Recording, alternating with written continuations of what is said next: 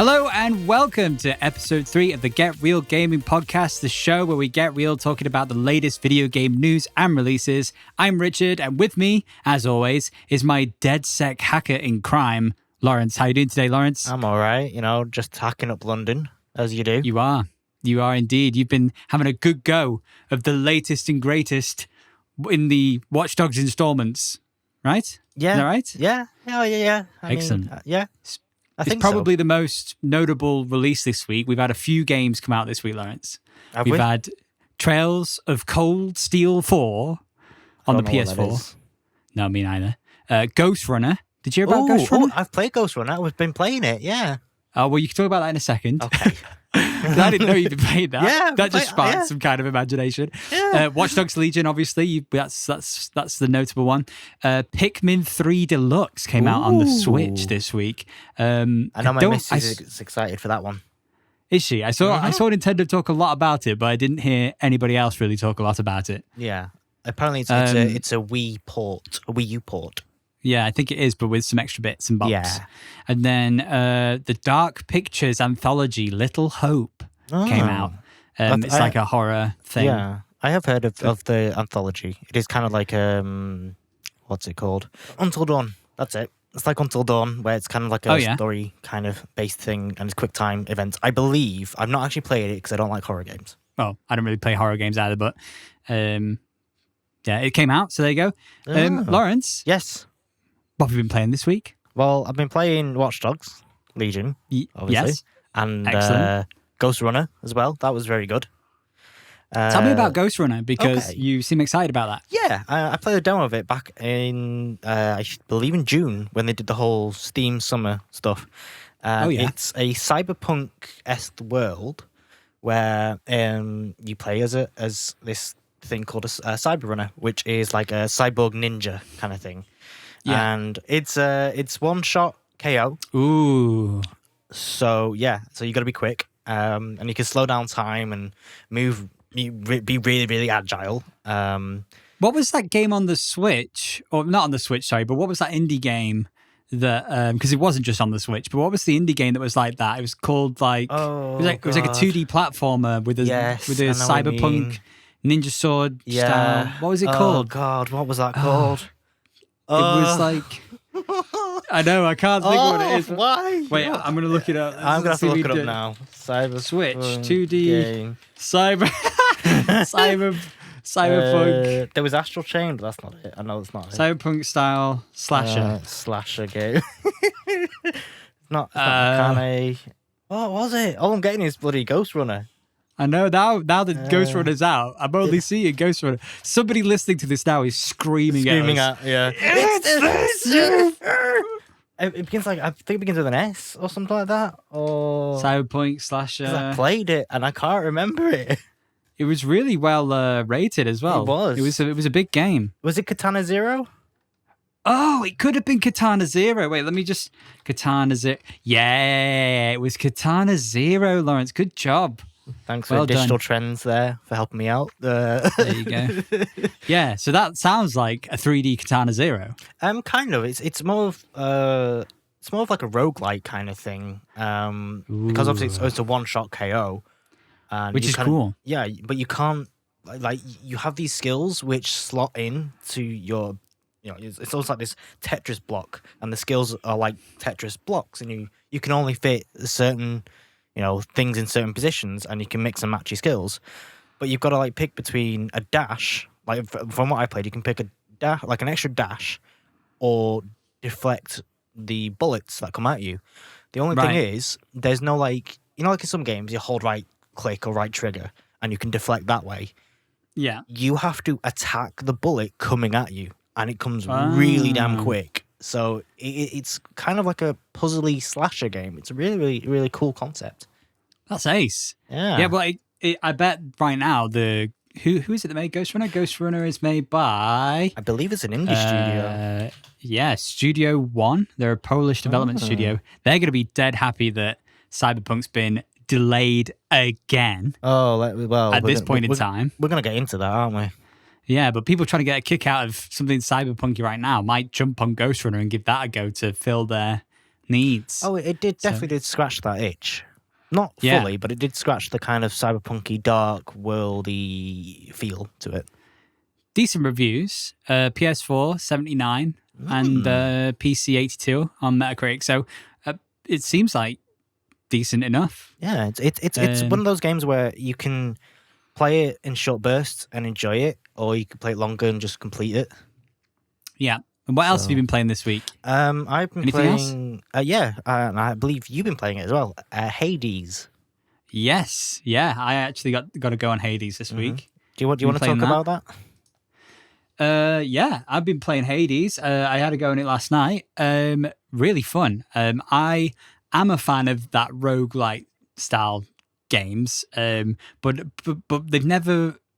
they've scratched the roguelite itch to a certain degree, but I always fall off the end. You know, I always go, oh yeah, but eventually the grind becomes a grind, and it's a bit like I like the Binding of Isaac, that was nice, but then eventually I just got a bit fed up of it, and then I tried Enter the Gungeon, and that is similar, I think, in terms of the gameplay and stuff. But Hades so far has been really nice. I like the Greek gods thing, and they've not done very well to explain, like, it's kind of like you have to learn what some of the symbols mean before you pick them up and stuff. Like, you got to go into different rooms. You got to already know what you're kind of going for. So it's just a learning process. But so far, it's been fun. But the first boss, I'm at the first boss already, and I'm just absolutely can't get through it. It's rough. So, I mean, fun though. Yeah, I mean, I'm not a fan of roguelike games, funnily enough. Oh yeah, and this one I'm really enjoying because obviously it's the Greek mythology. I'm not super up on my Greek mythology, but no, I mean, me neither. Running through it, like dying a few times and going again, and that kind of repetitive, just like each time you get stronger and each time you kind of push further and further. It kind of reminds me a little bit of the Dark Soulsian get good kind of mentality, but not as strong. Yeah, and I like that. I dig that. I can get behind that. Good, nice. And anything else you've been playing this week? Not that I can remember. It's been a long week. Your usual wowing and definitely usual WoW. Which we got an announcement for this week about the new expansion. Which is great. Yeah, it comes out on the 24th of November. Cool. The same day Football Manager comes out, so my life's gone. That's it. Because you're going to be playing Football Manager. Yeah, I'm going to say goodbye to everyone. Goodbye. D&D will be done by then. Yep. You're going to be turning RTX on. Oh, I will be. On my text. We'll get into that a little bit later because you got a 3070, didn't you? Oh, I did, yes. You've not... I mean, you've got it, but you've not got it. At time of recording, I've not got it. But by the time you're listening, I'm hoping I'll have it. By the time, I'll probably bring it back round with my mask on a bit later today, do a drop off. Yeah, drop off. Bravo 6 going dark. Stuff, all that. Bravo 6 going dark. Going dark.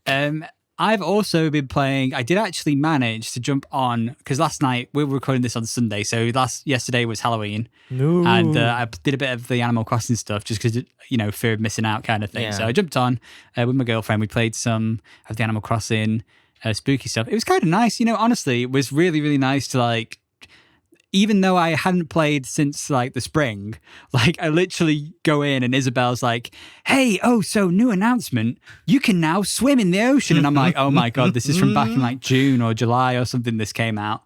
If not even earlier. I'll admit, so I've not touched my Animal Crossing since probably before then. Yeah. But I didn't feel punished for not joining on Halloween itself because it was a Halloween event, but I got a bunch of items and just loads of stuff just for coming on the day. Oh, that's so good. I didn't feel left out at all, so that was really nice.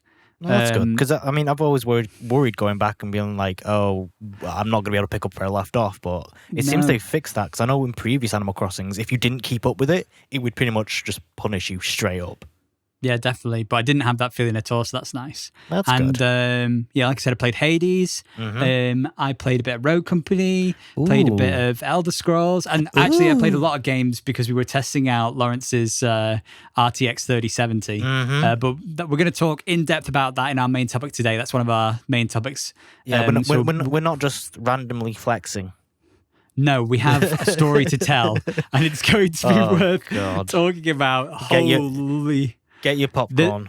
I know there's a reason why I've got it and he's not right now. Yeah. So, but we'll discuss that in a little bit. Yeah, we will. So it's not been a boring week for games. I mean, it's, release wise, it's not been too bad. Yeah, because the RTX did come out this week, and that is kind of a big deal for PC gamers. And it's fine if you're not a PC gamer, you're a console gamer. We're still gonna, we'll explain everything properly so you can kind of get your head around what's going on in terms of the RTX stuff later in the main show. So stay tuned because it's actually a pretty funny story. So, but we're gonna try something new now, aren't we, Lawrence? Are we?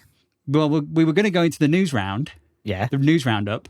But before we go into the news roundup, we're going to go and try and go into the quickfire news roundup. Quickfire? Of some of the main headlines. And I believe you've got some headlines before we go into the main news we want to get through. So I'm just going to hit a button here, and then we're going to start the music, and you can just start rattling some of them off. Hang on, let me limber up. Are you ready? Are you prepared? Okay, we don't even have a name for it yet. It could go terribly. It could go terribly. All right, here we go. Yeah, okay. So, Shadowlands pre-sales, the highest of any other World of Warcraft expansion yet. Amazing. I know, right? Everspace 2 gets delayed because of the Cyberpunk delay. More delays. Hitman 3 requires the PlayStation 4 version to play on PlayStation VR, even on PlayStation 5. Oh my god, what the hell? Genshin Impact's Discord server is now the biggest server in the world. You can't even join it anymore. It's like 730,000 people in the Discord. It's capped out. You tried, didn't you? You tried. I tried. Yeah, but that's the quickfire news roundup. Quickfire, yeah. We're gonna have to edit a bit of that, but it should be fine. It should be fine. We'll see. Hopefully in the final edit. We thought it was worth just throwing some interesting bits in before we talk about some main news topics. So hopefully that's good. But now we'll do more. Oh yeah. But we need a name for it. So if you can come up with a good name for us, a gaming-related quickfire news round name. Quickfire Showdown. Send us a tweet or an Instagram DM at GetRealPod. You can let us know what you think we should call it. Now we're going to the news round, Lawrence. News round. The main headlines this week. The first big one. What is it? Oh. I thought you were going to go... Okay. Would you want me to do it? I don't mind. Oh, okay. I'll do it. Okay, you do it then. You better do it, sunshine. We're waiting. Okay. David Bowie, yay. David Bowie, yay. EA has been fined 10 million euros, Lawrence, over loot boxes as the Dutch court sides with gambling authorities. This is a callback to us talking about loot boxes and gambling in the last week's episode. We spoke in depth about it. We did. We mentioned that the Netherlands do have laws against loot boxes and gambling in video games. The KSA, which is the gambling authority inside of the Netherlands, they regulate kind of the game of chance in the Netherlands. They informed developers in April of 2018 that it considered loot boxes violations of the Betting and Gambling Act, giving them 8 weeks to make their games compliant to their new laws. EA obviously didn't do anything about that. They consider it not gambling, even though it is. And they said that the EA fine was originally imposed last October, but EA had been contesting both the fine and the KSA's desire to reveal them to the public. So EA was arguing that basically the FIFA Ultimate Team packs don't violate any of their gambling laws. According to the judgment, so I'm just reading this straight from Game Industry Biz, EA argued that FIFA loot boxes would not count as gambling under the Betting and Gambling Act because FIFA Ultimate Team packs, quote, brackets, loot boxes, don't offer items of value because they cannot be directly converted into money, that FIFA is inherently a game of skill rather than chance, and that there's no specific evidence linking to the opening of Ultimate Team packs to gambling addiction. Lawrence, what do you think about that? I cannot say the words I want to say on this podcast because I'll get into trouble. Brilliant. But it's a lot of swear words. Let me put it this way. Yes. So the KSA has issued this fine, and I think EA have 6 weeks to basically appeal the decision, which they obviously will, because as far as they're concerned, they have no morals and just want to make more money off of Ultimate Team, even though they know it's gambling. I mean, it's just the sheer arrogance of them to be like, no, we don't adhere to your laws. Yeah. No, they think that they're bigger than they are, EA, and they are very big, and they are huge. And when it comes to sports games, they are, at the top of the food chain. But unfortunately, yes. But they had since 2 years. They've had 2 years to make adjustments so that they can still they've had 2 years to maybe even plan out another system. Yep. That would get through those laws. Like we were talking last week about the fact that if these laws are going to be put in place, you have to start, it's probably less expensive and will take less time to just create a new system that you can implement worldwide, as opposed to doing what some people have done, which is some developers have replaced or removed those parts from their games entirely in certain countries. So, I mean, this is not just the Netherlands which is looking at this. The UK is looking at this. The US is looking at this. The French and Spanish are looking at this. The Germans are looking at this. It's not just one country.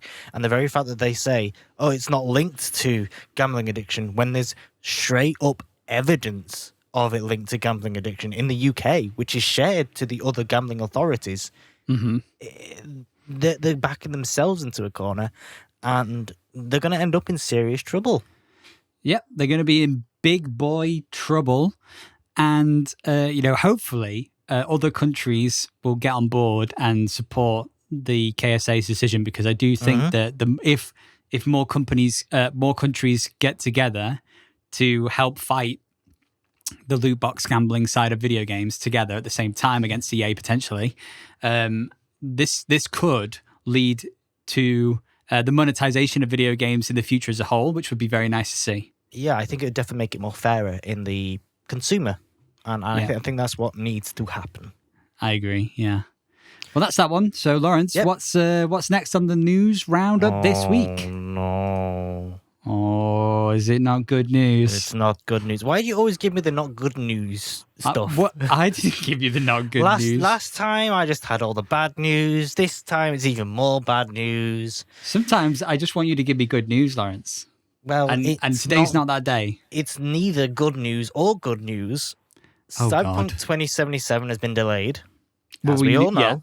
Yeah. The CD Projekt Red co-CEO doesn't exactly inspire confidence for the new release date. Oh no, what's he said? Who is it, by the way? Adam Kaczynski, I think his name is. Apologies if I butchered his name. Yeah. It was meant to arrive on the 19th of November, the game, but it's been pushed back to the 10th of December. Oh my God, the 10th of December.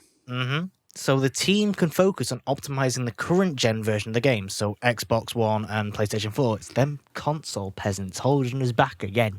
But they have said the PC version is done, it's complete, it's ready to ship. Yeah. But there were 9 different platforms they've got to have the game ready for. And so it's insane. There is growing concern over how Cyberpunk will run on the PlayStation 4. But a lot of people don't have faith in it. Obviously, this is like the 4th time that we've had a release date for this game.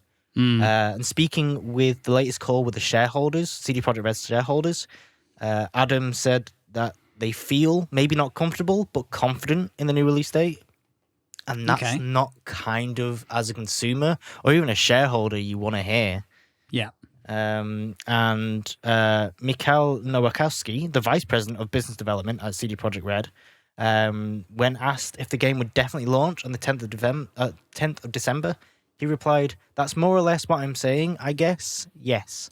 I guess, yes. Yeah. I guess so. Unless I have to do another port to the Nokia 3210. And then, because there's so many platforms, we might as well while we're here. I mean, we might as well add it to the Samsung fridge. Yeah, the Skyrim can do it. Or the we can do it. The Xbox Series X fridge. The Xbox 360.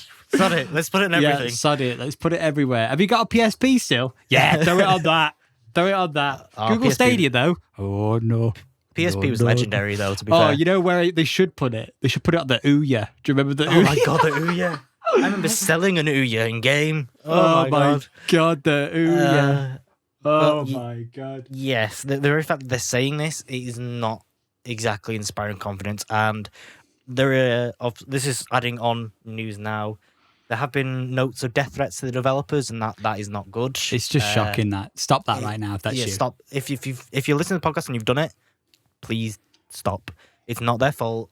It happens all the time. And I know everyone's excited, but I just want to say very briefly about that if you're somebody that's so inclined to do something like that, you're clearly somebody who hasn't really been impacted as much as everyone else has about, the COVID this year. You've not been in a situation where you can truly understand how this year has really messed with everything in everyone's lives. And you just try to be a little bit more considerate. It's like there was a quote that Miyamoto said once. I'm going to pull it up because Shigeru Miyamoto, he's obviously one of the key people in Nintendo. He's absolutely massive. You probably already know who he is. He said back in 2012, a delayed game is eventually good, but a rushed game is forever bad. And you need to just consider that. When you're thinking about a company or a studio, especially this year, this time of year, they're all working from home. They've had to move out of their offices and take their computers home and coordinate an entire team of people together at home, putting this game together on 9 different platforms so that you can have a good Christmas, if it means that much to you. So just bear that in mind. It's not only that, but they're also in crunch time. Like, they're working Saturdays. They're working so many hours a week to get this game done in 2020. 100-hour weeks, I think. I heard a report. Someone said that one of the people have been reported to do 100-hour weeks on this game. I mean, they're so passionate, and you can tell from what they're showing off, and they really want this game out, but they want it in the best quality, and I do hope it comes out 2020. Yeah. And obviously on the flip side of all this, the people that are encouraging devs and saying, it's okay, you do you, keep going. They need it. Yeah. They need this support. Go, go, go. It's great. And it will be worth it. It will be. Don't worry about it. It'll be fine. You'll be fine. We'll be all good. We'll be Gucci.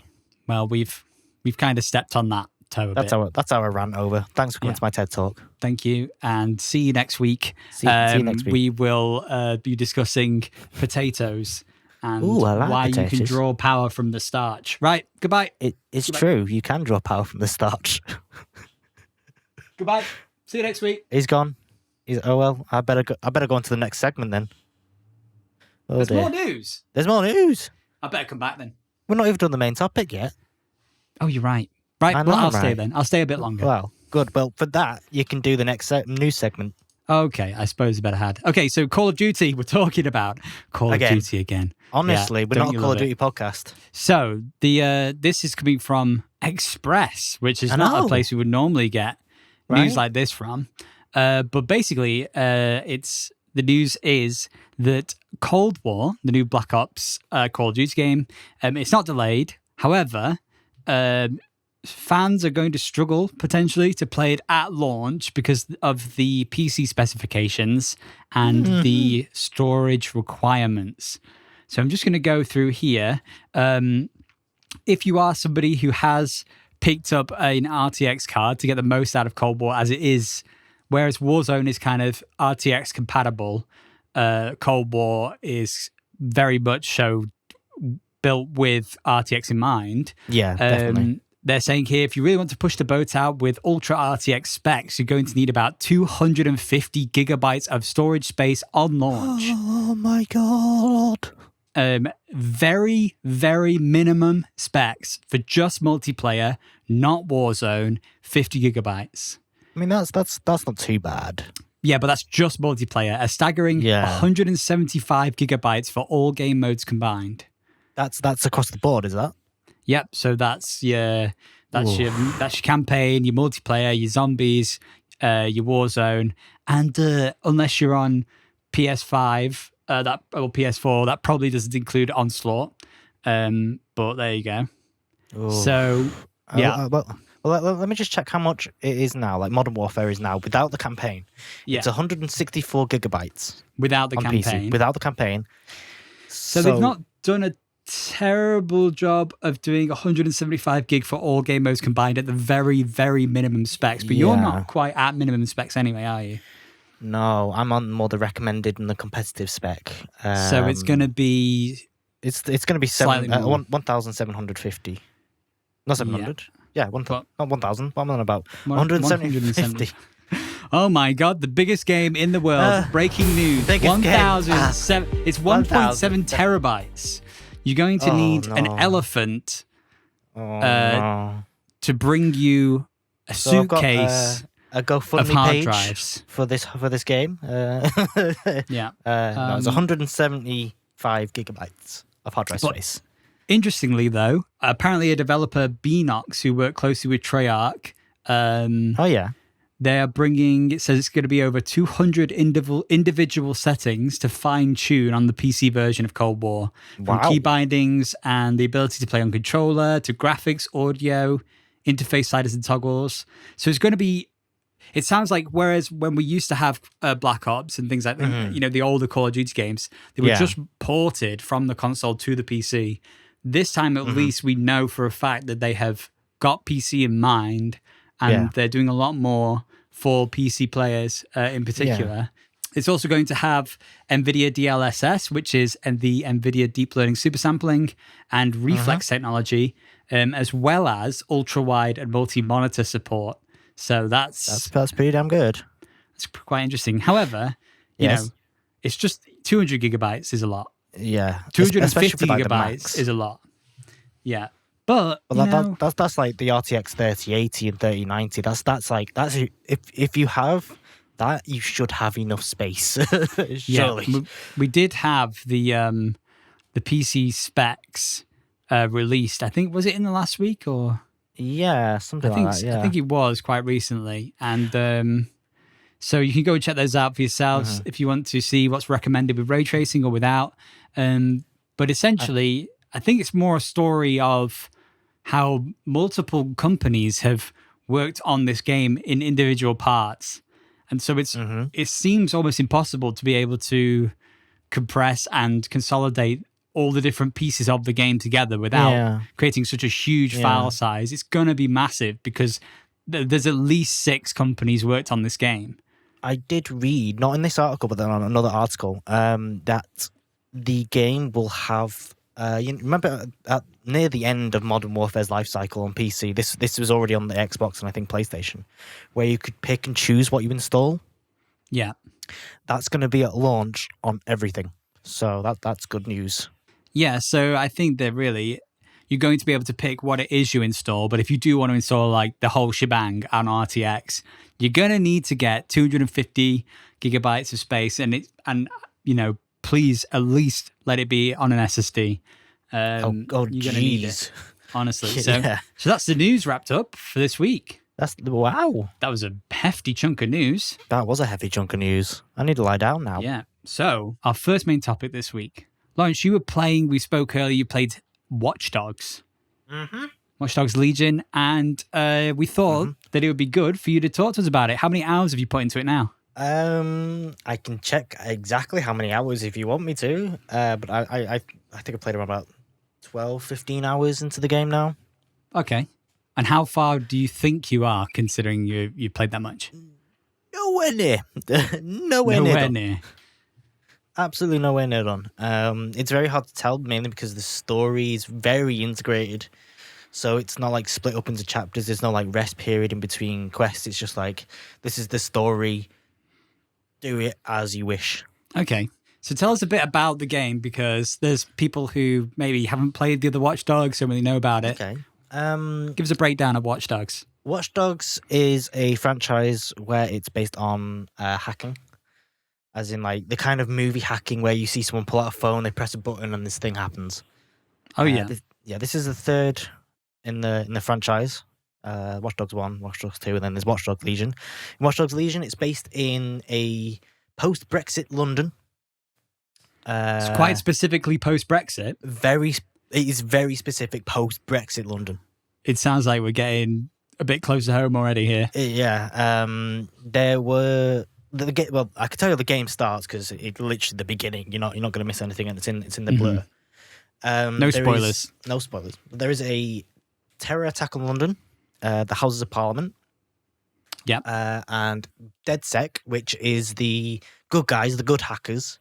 They are getting blamed by this other hacker group called Zero Day. Yeah. And you play as this agent called Agent Dalton from MI5, who's part of DedSec. And, he goes around and, deactivates the bomb and all this jazz. But as you're deactivating the bomb, your HQ is getting attacked, so all your other DedSec members can't help you out. Wow, so you're kind of stranded. Yeah, and you've got this AI with you. Called, as you do. As you do. If you're an MI5 agent. Yeah, I think it's called Bradley or something like that. Is it called MAI5? No, I wish, but no.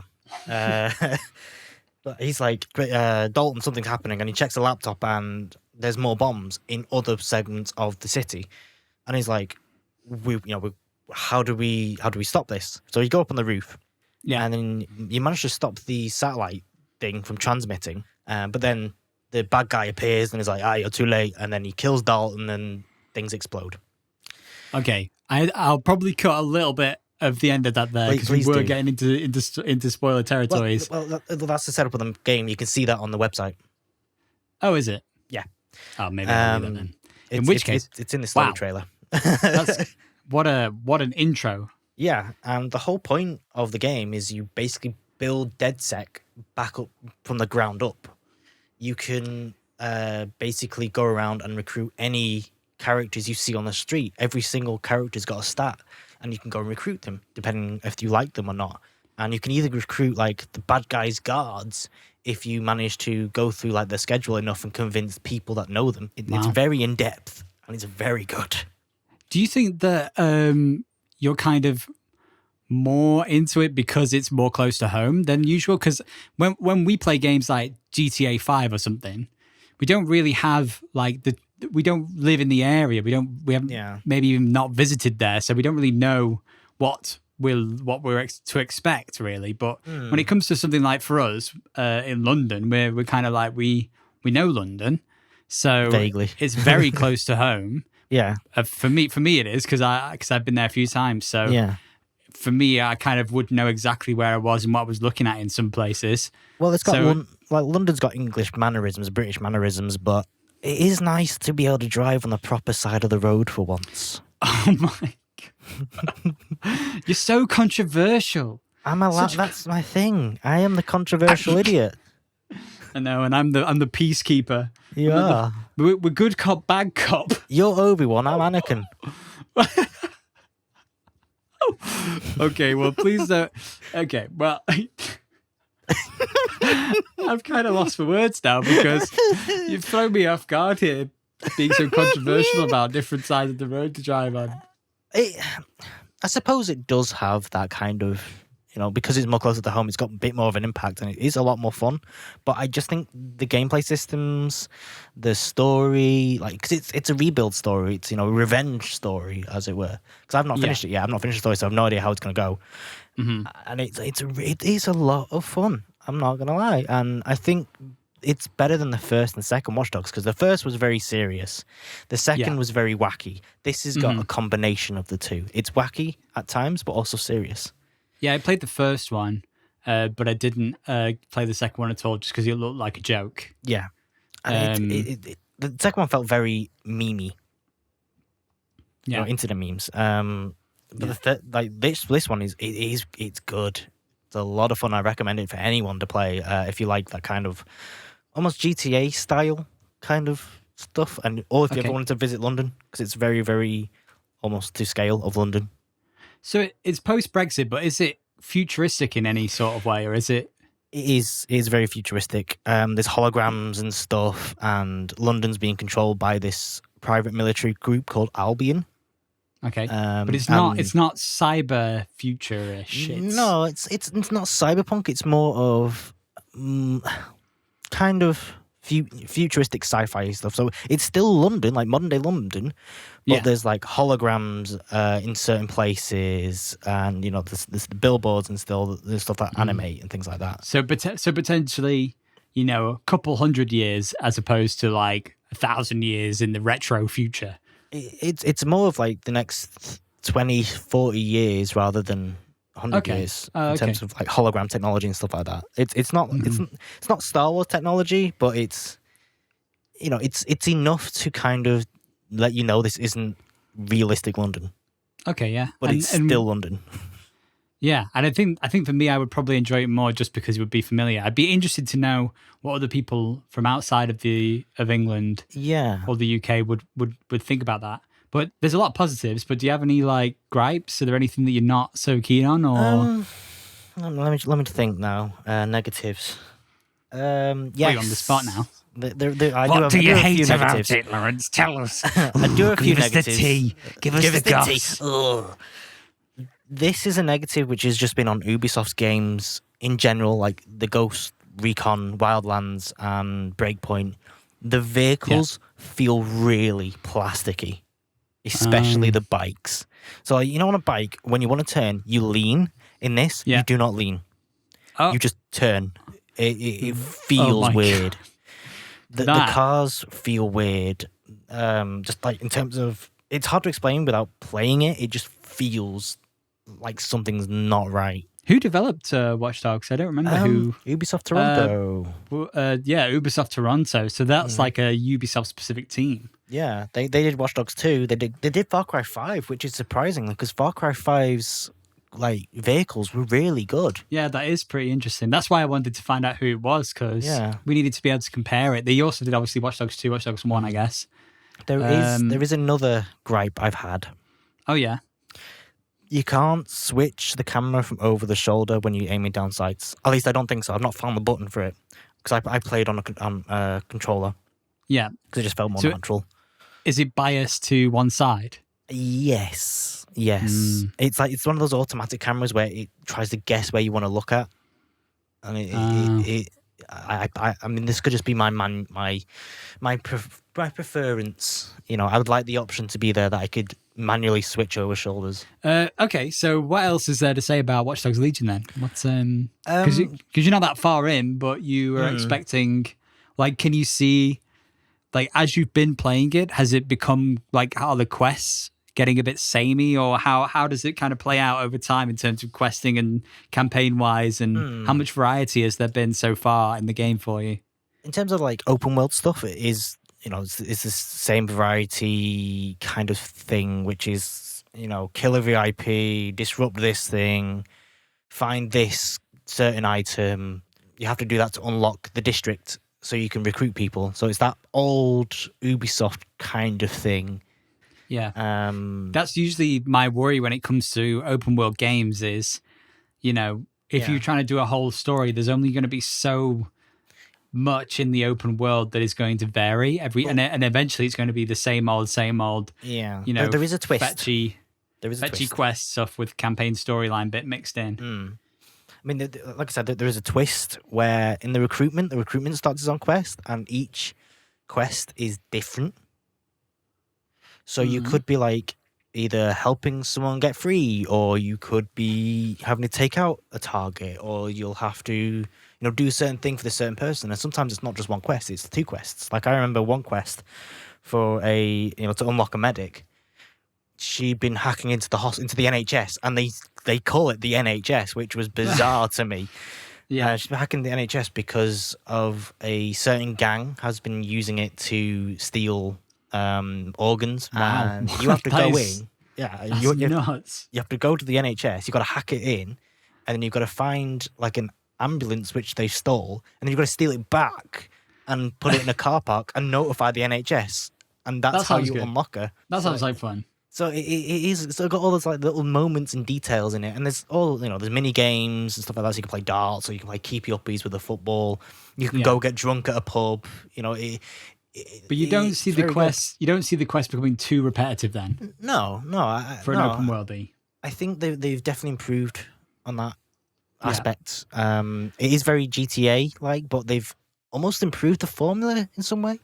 Yeah, Because they made it very personal. They do need to keep doing those kind of improvements because it became one of the reasons why I stopped playing Assassin's Creed. Yeah, Because it was always the same, like, climbing up the tower. go here, do this, follow this person, assassinate this person. Just listening to conversations, and the story kind of unfolded itself after that.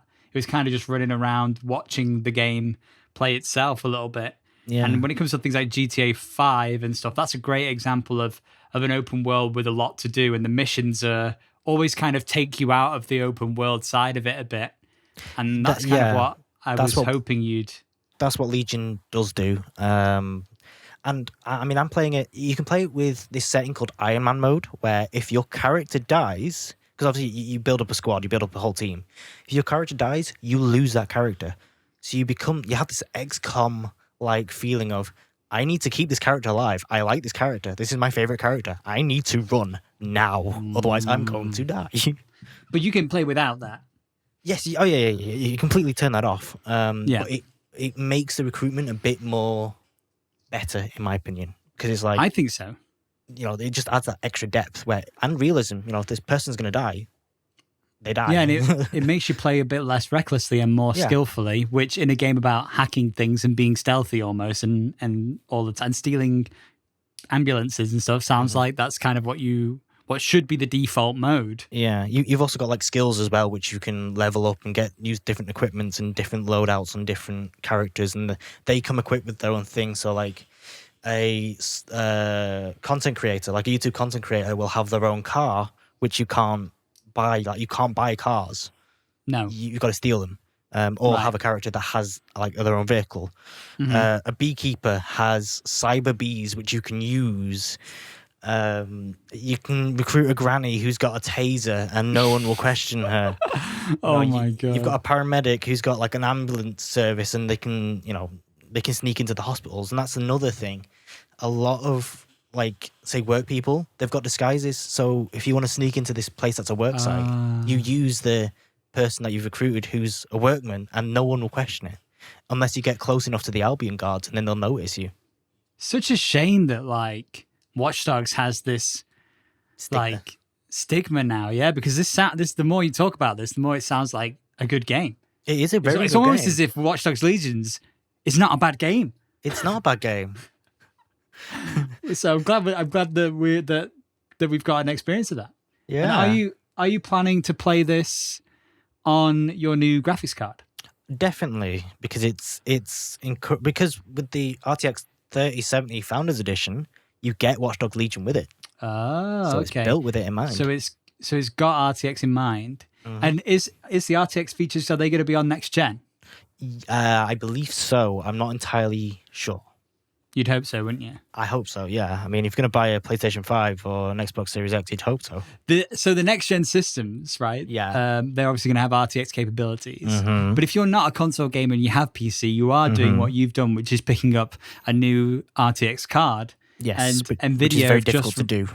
Yeah, so that's like ray tracing. The RTX refers to ray tracing technology, which allows more realistic, softer shadows and reflections and a lot of dynamic lighting. And that technology you require the actual physical hardware inside of your graphics card in order to do those actions, because it requires certain amount of power and bits and bobs. If I could explain it better, I would. In layman's terms, it needs specific hardware for it to pull off, basically. Yeah. And so obviously that's why most people who are console gamers are looking to pick up the new consoles. But if you're a PC gamer, NVIDIA this week launched the new RTX 3070 graphics card. And that is what you've ended up with, Lawrence. I have, yes. Thanks to a very kind gentleman. I have, yes. Yep. So, Lawrence, do you want to should we talk about the card before we tell them the story? Or should we tell them the story and then talk about the card? I don't mind either way. Let's tell them the story. I'm going to look like an idiot either way, so, No, you won't. It'll be fine. You start us off. What happened on the journey to acquiring an NVIDIA 3070 this week, Lawrence? Okay, I'm gonna need some classical music behind me while I say this. Is that okay? Will I get my pipe and monocle? Okay, sure. I'll do my best. Can't make any promises. So it was the Thursday of the 29th, 2020. And I stayed up till midnight because I was thinking, the RTX is going to release on midnight. Yeah. I got an email at 1 a.m. We're releasing at 1 p.m. Oh, no. Context. The 3080 and 3090 was released a month ago, and they had a lot of shopping issues. Like, a lot of people couldn't get them because, obviously, a lot of people were going on the website. So, it gets to around about 1 p.m. I'm refreshing, like, my life depends on it. And then it comes buy now. I was like, oh, great. So, click on buy now. So, I click on it. I'm like, oh great. I can buy it. Why is it not loading? Load. This goes for like 10 minutes. No joke, 10 minutes loading. And then it gets to the store page, and I click, it says, it's available. And I click add to basket. Nothing. Nothing. I clicked Dead again. on arrival. Nothing. I refreshed the page. The website went down. This back and forth was happening for a good, 20 minutes. I finally managed to add it to the basket, and I was like, yes, I've got one on basket. Click on basket. Once again, website goes down. Right, okay, fine. Refresh. I finally get into my basket. It's there. I can see it there. I hit in your checkout. basket. In my basket, it's there. Quantity 1. I hit checkout. I click put in all my details. Click continue. And the site goes down and pushes me back to the store page with nothing in my basket. Nothing in my basket. And it's sold out. I cannot believe that happened. And if you don't live or have any idea about the PC world of gaming, like this graphics card launch was a huge launch because of the price.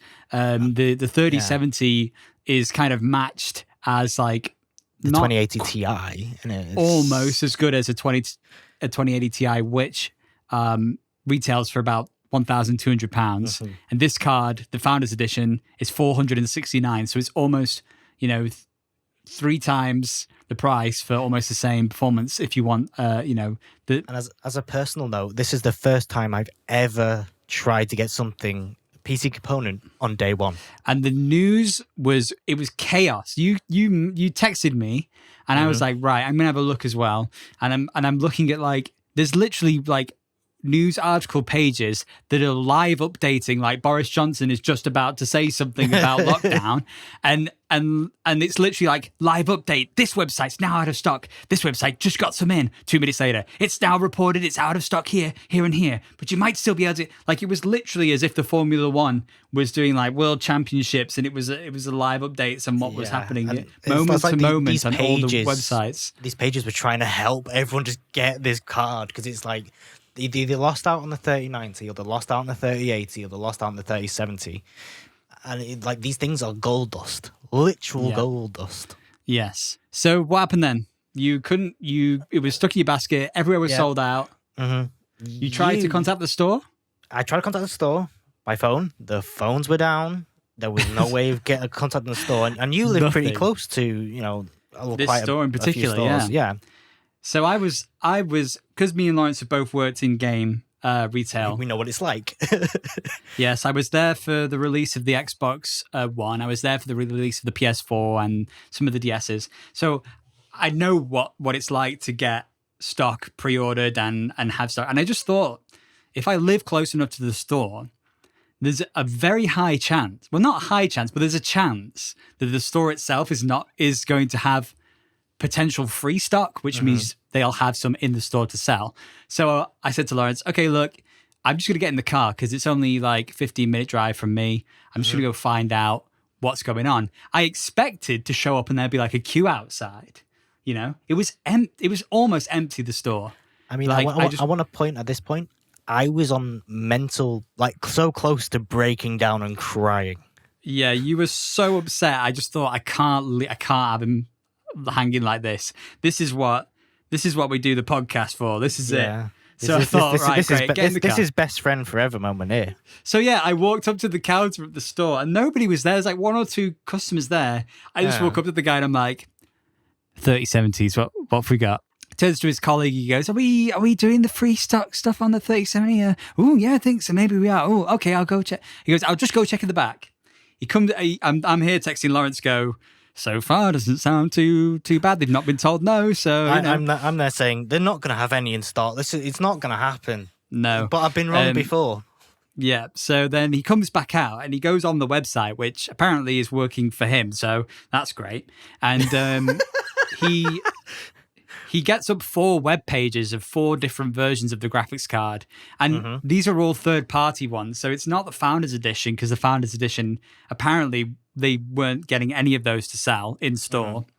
But they had free stock of 4 different third-party versions. And he said, okay, this is what we've got. Now, price-wise, they started at $509 and went up to like $589 or something. So depending on kind of the clock count of the graphics card and stuff. Yeah. So then it was just kind of like right, well, I'm just going to take a picture of this and then send it to Lawrence and find out what he wants. So we did that, and you ended up going with a Zotac, didn't you? Yeah, because not the Zotac. lowest one. No, but something it has slightly higher clock speed than the Founders Edition. For layman's terms, clock speed is basically how fast the graphics card will run under pressure. It's like processing power. Yeah, for people that don't, not really computer techie. I've just taken a look. Actually, at these third parties, they're still on pre-order. Yeah, in the store, on the website, the guy was showing me. They were all there as these are the ones we've got. They all said pre-order. So the news articles still say the 3070 sold out here, sold out there. It's sold out everywhere.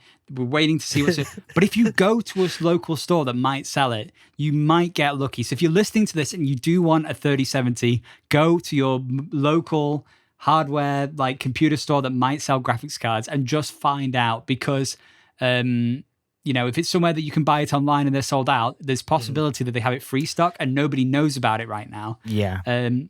It did feel very weird that I left the store with a graphics card, a 3070, that wasn't mine.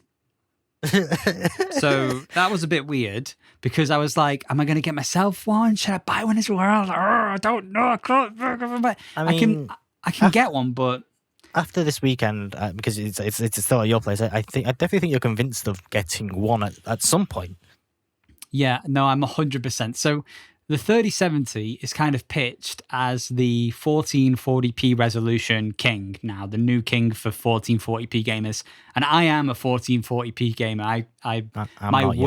My main screen is a 1440p because I also do other work on it. So I need the real estate. So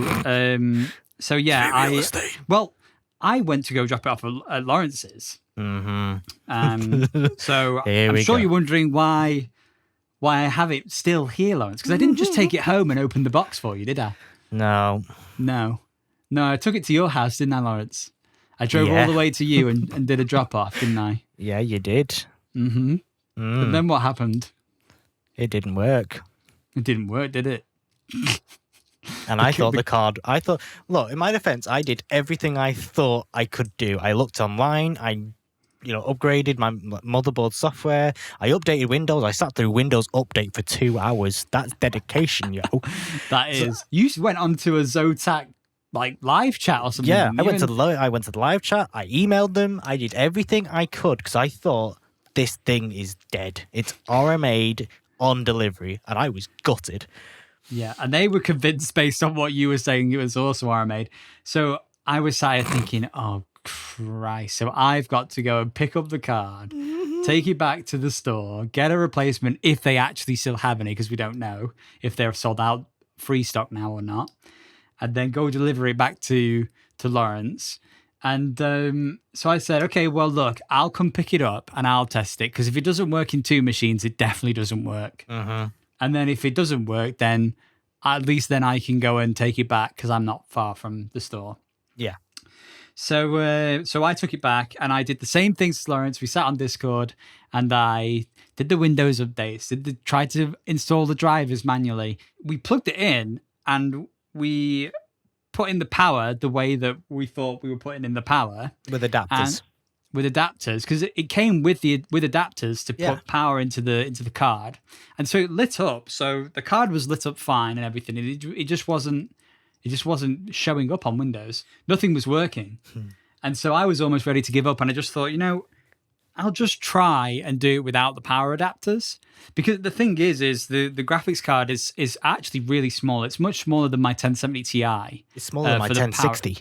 Yeah, for the power, it's ridiculous how small this card is. And so the sockets for the power is recessed kind of into the card. They've put it in a bit of an awkward position. Yeah. So it's very finicky to get in. So you use the adapters. So anyway, I plugged it in without the adapters. I finally got the 8-pin sockets in. You need 2 8-pin power connectors for it. And it worked. So the graphics card was fine. It just needed connecting directly to power and not using the adapters that was provided with the graphics card, funnily enough. So it's not entirely Lawrence's fault. I was fooled. However, Trixie adapters. However, that's not the end of the story. Is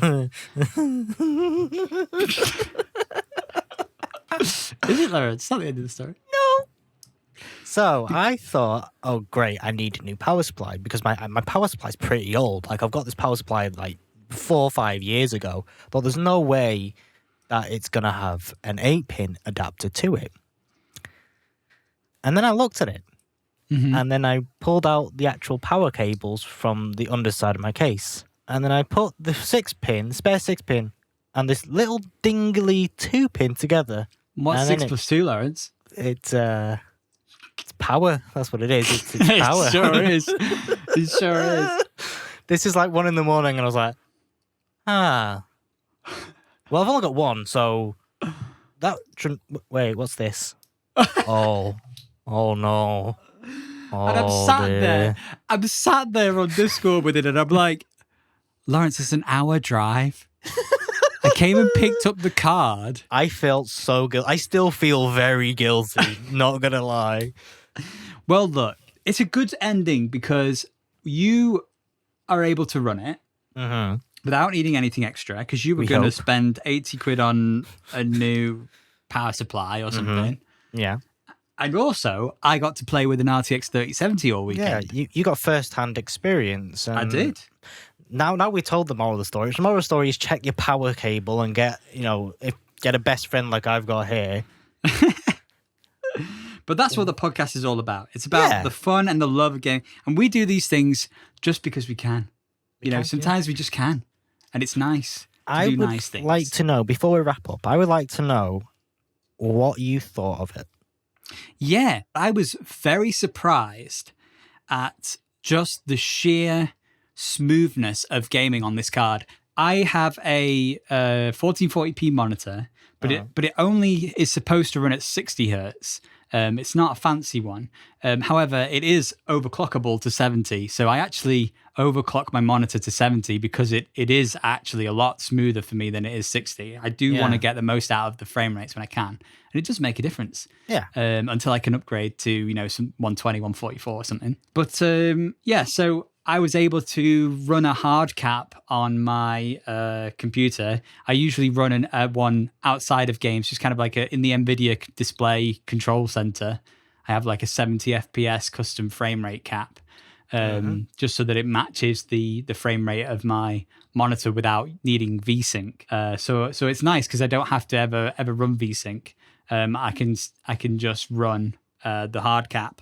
In Warzone, the 3070 with RTX on at 1440p was chewing quite nicely at max settings on my monitor. And there was a few parts, obviously there is a few frame rate drops here and there. Warzone is a bit of a clunky game, not super optimized, but it was looking amazing on ultra set, like literally everything balls to the wall, maxed out. Yeah. Looked, I was very happily, smoothly running at 70. And I believe that if I didn't have the cap on, we did try it a couple of times. We were getting 120, 130. But it wasn't really consistent, was it?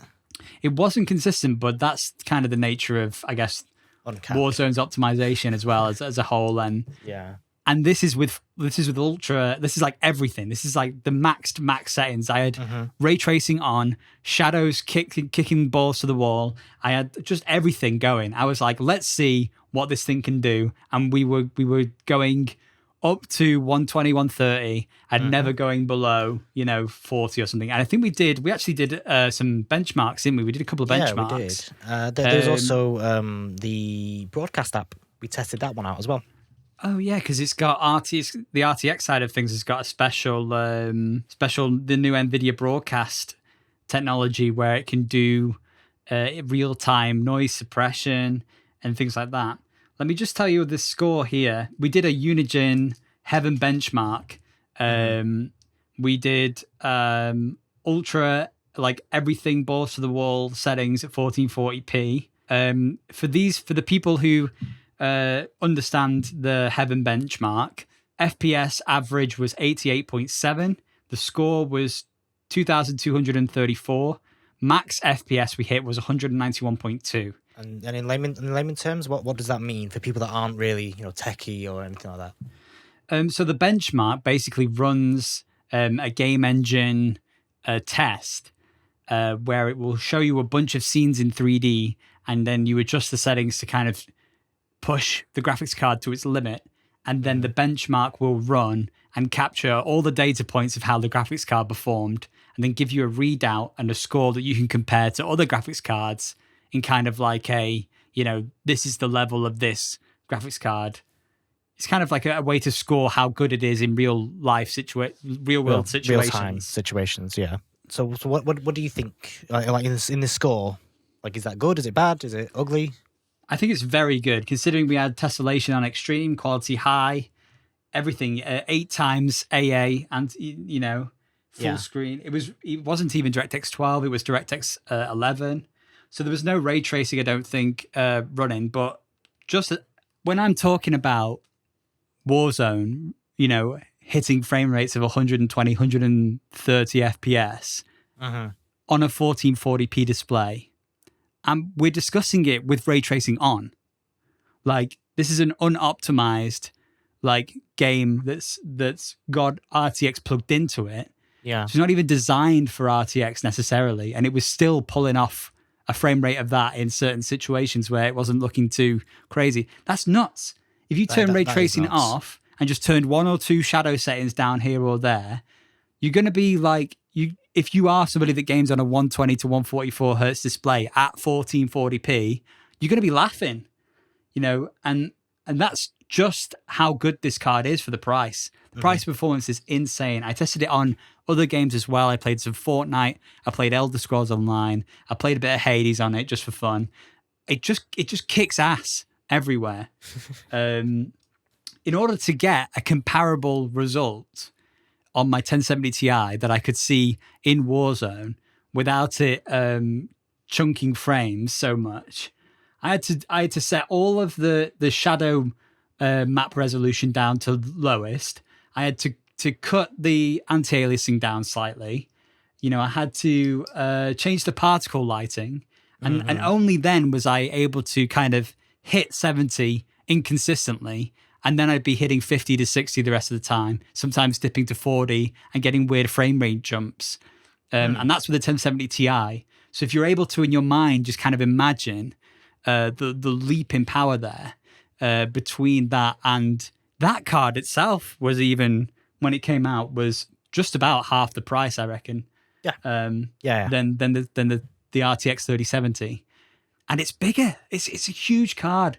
The 3070 is nuts. If you're able to find one and you are looking to upgrade as if you were getting a next-gen console, but you're a PC gamer and you're just trying to get a new graphics card, the 3070 is where you should be putting your money right now. That's it. That's the news. We're not massive enthusiasts in terms of like PC building. We don't do custom rigs. Well, we do custom rigs, but we're not massive into it. We are casual gamers, and I think the 3070 is perfect for people that just, they want the quality, but they also want the performance. I would say absolutely the 3070. If you're a 1440p gamer, especially, you can expect this to deliver the frame rates you want between up to 120 with RTX on in some situations, and with RTX off absolutely, with a couple of tweaks, you'll be hitting the frames that you're expecting, and you'll be very happy with how good it looks. Well, that sounds like a glowing review to me. It absolutely is firsthand. And next week, you'll be able to tell us what you think of it a little bit, because I'll be dropping terrible. it off. You'll be like, it's rubbish. I'm taking it back, and I'll say it's all right. I'll just buy it off you. Okay. I'll get a 3090. So that's something that if I'm going to do, I'm going to need a 1440p 120 to 144 hertz monitor. So it's not just a graphics card upgrade for me. Just like if you're buying a next-gen console, you're going to be buying something that you're going to have to future-proof yourself eventually with a new screen anyway, if you don't already have a 4K 120 hertz display. Speaking of that, by the way, Lawrence, yes, we'll like to let the listeners know before we wrap up today that we will be doing a bonus episode. It's true. Yeah, so coming up next week on the Monday or Tuesday, we'll be hosting a quick bonus episode leading up to the launch of the new next-gen systems. So you're going to get a bonus episode in the next week, so that's nice. That is nice. And we're very excited to see the next-gen systems. We're not. Neither of us are getting any launch consoles, but we will be on top of all the news. Yeah. And we'll be give you all of the insights and just see how everyone reacts to what's going on, hopefully after that. It was either PlayStation 5 or a new PC rig, and we can all guess where I went. Yeah, I mean, that's the thing is, this, for PC gamers, the 3070 is like the next-gen console. Yes, definitely. It's the same, similar price. You're getting a massive upgrade. And that is such a nice play for NVIDIA, I think, for the end of the year. It's just a shame that they've had so many issues with the stock and getting cards to people. And but the hopefully, thing is, their main competitor has announced the big boys, the big guns.